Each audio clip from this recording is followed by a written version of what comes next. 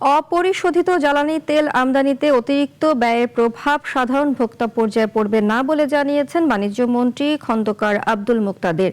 সিলেটে বাঁশিয়া নদী পরিদর্শন শেষে সাংবাদিকদের প্রশ্নের জবাবে তিনি একথা বলেন।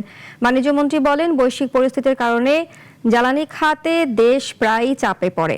এই অবস্থা থেকে উত্তরণে সরকার অগ্রাধিকার ভিত্তিতে সংরক্ষণ সুবিধা নির্মাণের উদ্যোগ নিচ্ছে। এলএনজি আমদানি সক্ষমতা বাড়াতে নতুন টার্মিনাল নির্মাণের জন্য জ্বালানি মন্ত্রণালয় শীঘ্রই টেন্ডার আহ্বান করবে বলেও জানান তিনি। তেলেও আমদানি নির্ভর, গ্যাসেও এখন আমদানি নির্ভর, কিন্তু এটির জন্য বড় কোনো সাস্টেইনেবল স্টোরেজ তৈরির উদ্যোগ আমরা নেই।